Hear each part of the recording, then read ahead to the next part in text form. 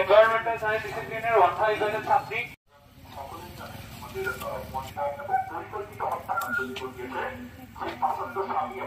কথা শুরু করব।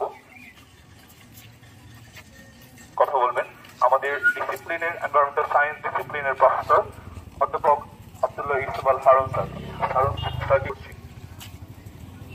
খালি এটুকুই বলবো যেন তাড়াতাড়ি বিচারটা সম্পূর্ণ হয় এবং অপরাধী শাস্তি পাক। অন্ধকার দেখি তখন আমরা সবচেয়ে বড় আশ্রয় মনে করি পরিবারের মানুষজন। পরিবার সর্বশেষ আশ্রয়। সেখানে কি নৃশংস ব্যাপার, শাশুড়ি তার মা, দুঃখে কষ্টে তার কাছে তার আশ্রয় পাওয়ার কথা।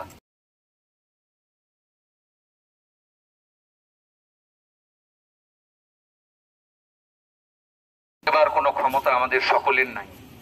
আমরা আপনাদের কাছে বিনীত অনুরোধ যে আমরা সবাই ধৈর্য ধারণ করব। যে আল্লাহ তুমি প্রত্যেককে বাঁচার সুযোগ দাও এবং যেসব পরিবারের মানুষ বিচার আমি দাবি করি, এই জায়গা থেকে আমি দাবি করি তাদের সর্বোচ্চ শাস্তি হোক। একই সাথে এমন কোন মৃত্যু যেখানে তার সর্বোচ্চ আশ্রয়, আমি আশা করছি যে কোনোদিন এরকম হত্যা, রাস্তাঘাটে সম্পদের লুণ্ঠন করতে গিয়ে হত্যা।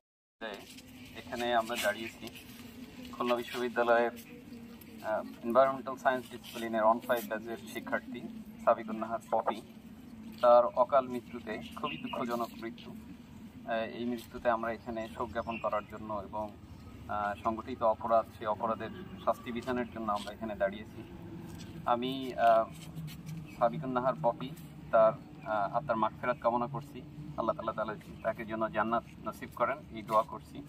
সাথে সাথে তার ভাই আসলে ফার্মেসি ডিসিপ্লিনের সহকারী অধ্যাপক মোহাম্মদ মনিরুল ইসলাম।